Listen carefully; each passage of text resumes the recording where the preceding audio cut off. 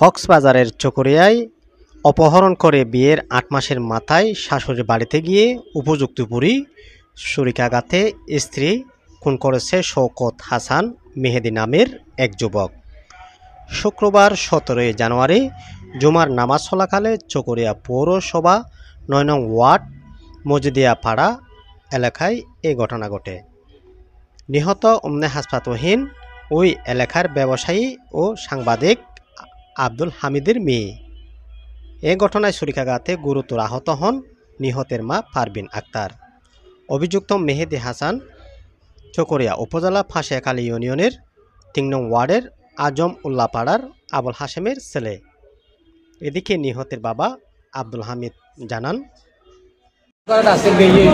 তারা হয়ে যায় বসলাম তোর দিয়া তোর বাবুল্লা তো গিয়ে আয় বাগান বসতে কমিটিতে দাম লেগে এটা মেম্বার যার ভাই এরকম করতে হবে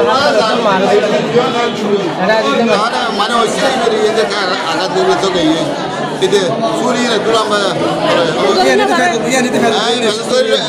suri to le gaya na kya ne suri mar ba suri le ba suri le yara tunai shere gaya yare kol korta na yara ऐसा होने में ये ऐसा होने को मार दो ना इसको ना चाहे तो ये मन आना बेटी नमाज टाइम में ये।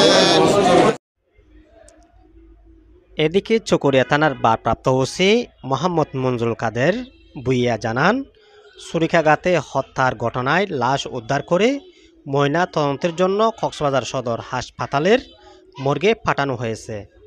আহত পারভিন আক্তারকে সমেক হাসপাতালে পাঠানো হয়েছে। ঘাতককে গ্রেপ্তারে পুলিশ মাঠে অভিযান রয়েছে। News desk, F TV.